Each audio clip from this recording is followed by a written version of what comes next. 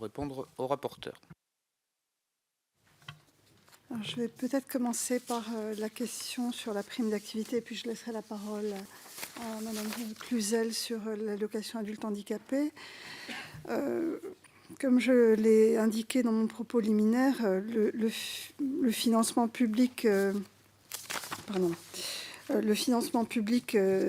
dédié à la prime d'activité va augmenter de façon très importante en 2018 pour tenir les engagements du président de la République.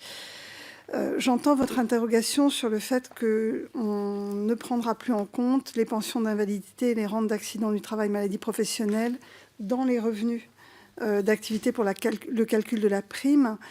Et je voudrais quand même rappeler le contexte dans lequel cette décision est prise. La dérogation assimilant les pensions d'invalidité et les rentes AT-MP à des revenus professionnels a été insérée par la loi travail du 8 août 2016, postérieurement à la mise en place de la prime.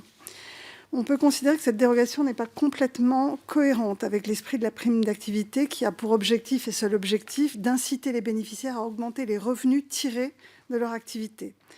Or, ni les rentes AT-MP ni les pensions d'invalidité ne sont des revenus en lien direct avec l'activité du bénéficiaire, ce sont des prestations sociales et des revenus de remplacement.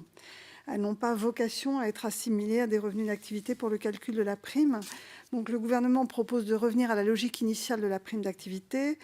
Et j'ajoute que cette prise en compte de la mesure telle qu'elle avait été proposée par la loi travail en août 2016 n'avait pas été budgétée.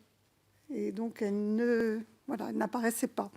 Donc, nous préférons revenir à la logique initiale, ce qui nous permet tout de même d'allouer plus de 700 millions d'euros de crédits supplémentaires à la prime d'activité en 2018, avec la logique initiale qui est de favoriser la reprise d'activité et les revenus issus du travail.